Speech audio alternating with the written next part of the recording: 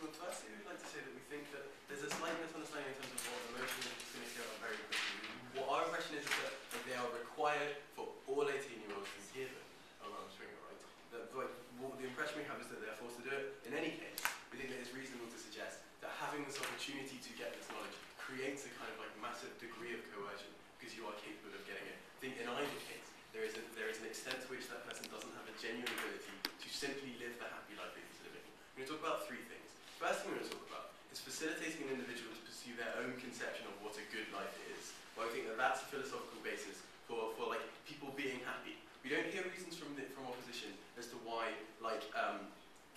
knowledge is empirically good. I'm going to talk about why I think knowledge can be bad in that point. The next thing we're going to talk about is why we think this knowledge will create moral burdens. We'll talk about the two possible things that individual can do, why both of them is harmful.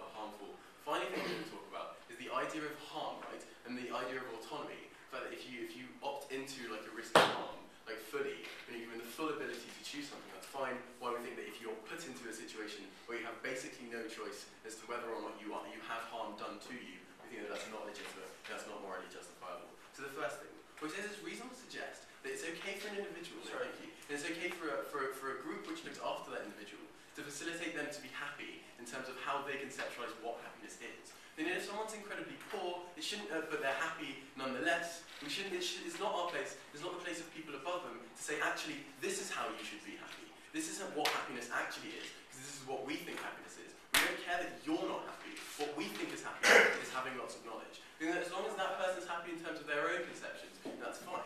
So what do we think those conceptions are, right? Now, these conceptions of what a good life is and what happiness is come from their perception of the world around them, come from the perception of what they can and can't do, what they are or aren't capable of. Thank you.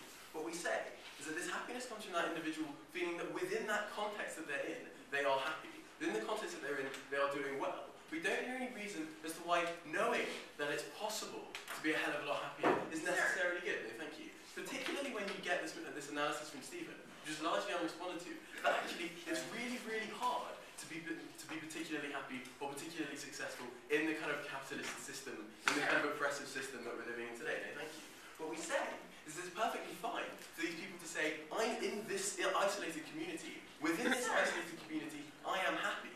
Within this isolated community, everything is fine for me. It is not your place to tell me that I ought to be finding out more, that I ought to be changing the way, no thank you, I ought to be changing the way I perceive the world. Because if I'm happy within the world that I perceive, and given that Stephen told you why actually perceiving the broader world around you makes you less likely to be able to be happy, that's absolutely fine.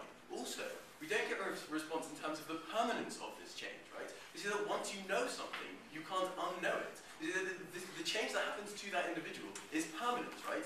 Even if that individual then wishes that he had gone back, even if Neo wishes that he hadn't taken the red pill, it doesn't matter, because he's already taken it, right?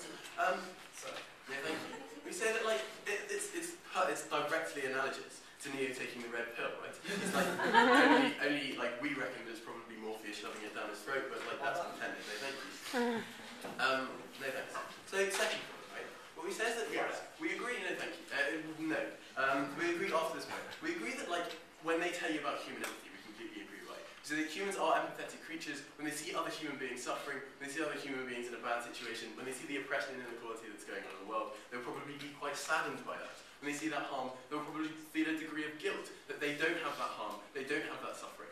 Furthermore, what we say is that what we say is that there are two options that individual has. The first option is seeing all this oppression and harm and going back to his community, right? So that the knowledge and the empathy that he has, the sadness that it's created, doesn't leave that individual. Furthermore, because he's in an isolated community, there is literally nothing that individual can do about it. There is literally no access to that world that individual can have, right? That creates a huge amount of psychological guilt, a huge amount of psychological unhappiness, which brings me to the second possibility, which I think is incredibly likely when that person sees all these things, which is opting into that system and trying to change things. We say that it's incredibly difficult to change things, particularly when someone hasn't like grown up in the society, particularly when someone hasn't got a basic idea of what goes on in that society. That given how hard it is, it's actually more likely that that person is going to fall into the oppressive system, fall into a system where like they are the ones who suffer under that society, and they can't leave it because of their degree of empathy, because of their feeling that they should be trying to change the oppression that's happening. I'll take closing issue. Certainly, your model, you wouldn't tell a slave actually of his possibilities, you wouldn't even engage in the slave trying to get his freedoms, because what you are saying is that the slave in his own world, as long as he's happy, is perfectly fine. What we say is that if that slave has literally no idea about what it's like to be a slave driver, which is incredibly unlikely, which is why that analogy doesn't work, yes, that's fine. But there's never going to be a situation where a slave isn't able to go, oh, that's my slave driver, he's free. Okay, we say that if he doesn't know that, then that's absolutely fine. And if he's happy in that context, then that's absolutely fine. Saying slavery doesn't necessarily make something bad. Okay, finally, this idea of harm, no thank you. What we say is like, I think it's fine if someone is genuinely given an entirely free choice to like opt into something that has a risk of harm, right? So it's perfectly fine for an autonomous individual to say, I will drive in my car, even though I know I might die when I drive in my car, because I know that, right? And I'm making that kind of choice. What I'm going to do now is I'm going to tell you why we think that, no thank you. Well, we think that even under the model that they're giving us, and so that this debate actually works, we're going to like why I think that there is not a genuine free choice. Which says like it's fairly clear to consider that that person is then given those two ideas. One, remain in the community. Two, leave the community and get this knowledge. So there's a huge amount of like pressure that's going to be put on him by being given that choice, particularly when he sees people around him taking that choice. Why do we think that people around him will take that choice? You know, that's because they have this access to knowledge, which for some reason people somehow think is an empirically good thing. We can test the idea that it's an empirically good thing. We wish that people like the speakers on proposition didn't go around telling people that knowledge is just good. We think that but we think that that's something that people for some reason think. You know, that's probably bad. You know, that creates a huge amount of pressure. Does that mean it's not a genuine choice? What we say is that there is a risk of harm. The stuff that I've talked about, there is a risk of that person being worse off permanently, forever, that they can never opt out of, right? What we say is that in order for an individual to do that, he needs to be given an entirely free choice. This model doesn't give him an entirely free choice, and it's potentially harmful at the very least. They're taking away his individual autonomy, which shows that he's actually incapable, that he is literally incapable of fully protecting himself from harm